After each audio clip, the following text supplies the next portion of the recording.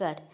আজ আমি ভারতের নিবেদিতা, স্বামীজির সিস্টার নিবেদিতা, মা শারদার খুকি, সুদূর উত্তর আয়ারল্যান্ডের মার্গারেট এলিজাবেথের সংক্ষিপ্ত জীবনী পাঠ করে শোনাব।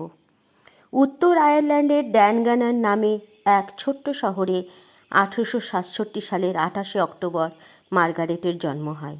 তার পিতা স্যামুয়েল রিচমন্ড নোবেল পেশায় ধর্মযাজক ছিলেন। মাতার নাম মেরি ইসাবেল। মাত্র 10 বছর বয়সে তার পিতার মৃত্যু হলে তাদের অভিভাবকদের দায়িত্ব পালন করেন মার্গারেটের মাতামহ হ্যামিল্টন।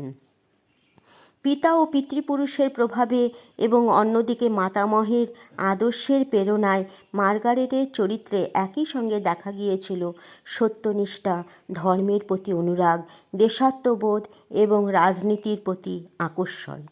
মার্গারেটের পাঠ্যজীবনের কাটে চার্চের অধীনে লন্ডনের এক বোর্ডিং স্কুলে, কঠোর নিয়ম শৃঙ্খলার মধ্য দিয়ে। তীক্ষ্ণ মেধাবী ছাত্রী মার্গারেট বিদ্যালয়ের পাঠ্যক্রমের বাইরেও প্রচুর পড়াশোনা করতেন। সাহিত্য, সঙ্গীত, কলাবিদ্যা, পদার্থবিদ্যা, উদ্ভিদবিদ্যা সবেতেই ছিল তার সমান আগ্রহ।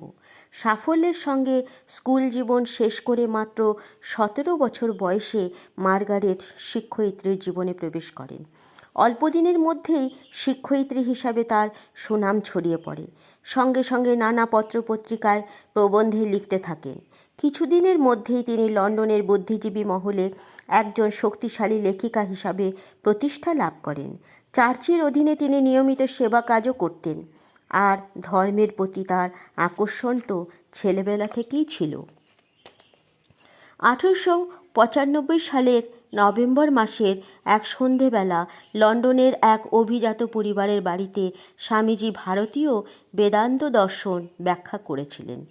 মার্গারেট এখানেই তাকে প্রথম দর্শন করলেন। বীর সন্ন্যাসীর ধর্ম ব্যাখ্যা ও ব্যক্তিত্ব তিনি মুগ্ধ হলেন। এরপর স্বামীজি লন্ডনের নানা জায়গায় বক্তৃতা ও প্রশ্ন উত্তরের ক্লাস করেছেন। মার্গারেট সর্বত্র উপস্থিত থেকে তার প্রতিটি ব্যাখ্যা অত্যন্ত মনোযোগ দিয়ে শুনতেন। ক্রমাগত প্রশ্ন করে তিনি সব সংশয় দূর করতে চাইতেন এবং নিজের মনে সেগুলি নিয়ে অনবরত চিন্তা করতেন।